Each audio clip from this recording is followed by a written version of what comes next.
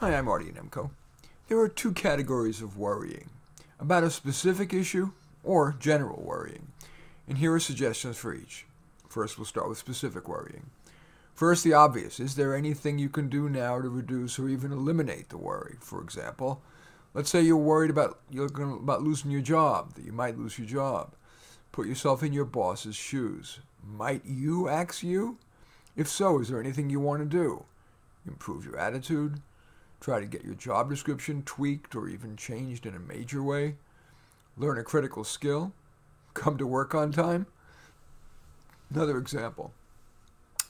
Let's say you're afraid you'll never meet a romantic partner, so you're always going to be lonely and perhaps poor. Knowing yourself and the right type of partner for you, what should you do? Polish your online dating profile? Take a class that's likely to attract an appropriate partner? Ask friends to set you up with a well-suited person? Improve your appearance? Flirt more? Anyway, and one final example. This is a tough one. Let's say you've been diagnosed with end-stage cancer. You can't stay alive, but you can reduce the worry, for example, by writing or spending more quality time with loved ones so your legacy is improved. Should you accept palliative or hospice care so your time left is more pleasant? Or should you decide to end it now? And that's more likely to be discomfort-free if you have a doctor's help, so you avoid that difficult final decline. But now let's assume you've done what you want to reduce or eliminate the rational basis for the worry. Ask yourself, and maybe write, how you would deal with the best case scenario, a moderate case scenario, and a worst case scenario. Let's say you're scared that your upcoming wellness exam will yield bad news. Best case might be that nothing's wrong, or that it's something minor that can, for example, be addressed by doing nothing and watching it for a year, or some minor medication. A middle case might be, for example, a call for additional testing. Or you could decide in which case you could decide to get the test over with, and while waiting for the results, use the aforementioned tactics. And who knows, the results could be no big deal. And if it is a big deal, maybe you would remind yourself that you could then take baby steps to deal with it. The very worst case, it is a fatal diagnosis, in which case you could use the ideas that I've in the just mentioned example of end-stage cancer. Now let's turn to general worrying. The generally anxious person is worried even in the absence of a specific worrisome issue. Rather, they live with the ever-present feeling that they need to be alert to some possible danger, whether from a person, an event, or something internal to them. Like most characteristics, generalized anxiety likely comes from a combination of genetic predisposition, early environment, and your current situation. Some possible ways to reduce generalized worrying? Routine. A life of predictable routines can be comforting. Try to eliminate sources of stress like noise.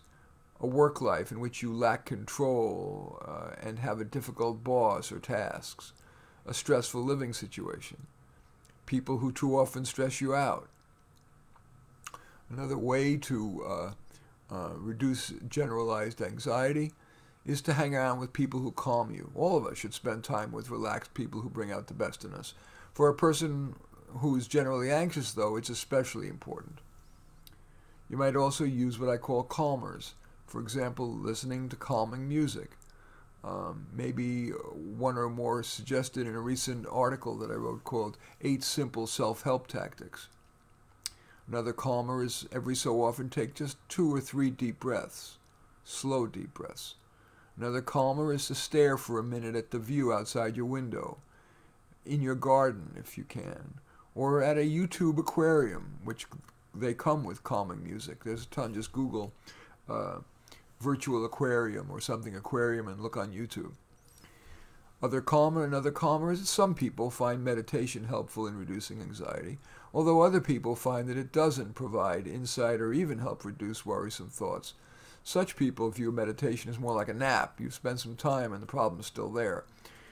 But in your case, do you think it's wiser to just use the above strategies or to add meditation for a few weeks? Maybe using one of the guided meditation voices and music on the Sanvello app. That's Sanvello. And finally, talking it out can feel cathartic, but it has the side effect of making worrisome thoughts more top of mind, and thus more anxiety-provoking. So it may be first wiser to try the aforementioned approaches. If those don't sufficiently help, it may be worth that side effect of talking it out for the benefits of a professional or a friend. For example, that friend or professional could ask questions and or make suggestions that will help you decide on an approach to your worry. As usual, one size doesn't fit all, but is there at least one of the ideas offered here that's worth trying? In any event, I do thank you for watching. I'm Marty Nemko. Feel free to give this a thumbs up. I welcome your thumbs down. I look forward to any comments you might have. Love it if you hit the share button, share on your social media, and or subscribe to my channel. And in any event, I do thank you for watching. I am Marty Nemko.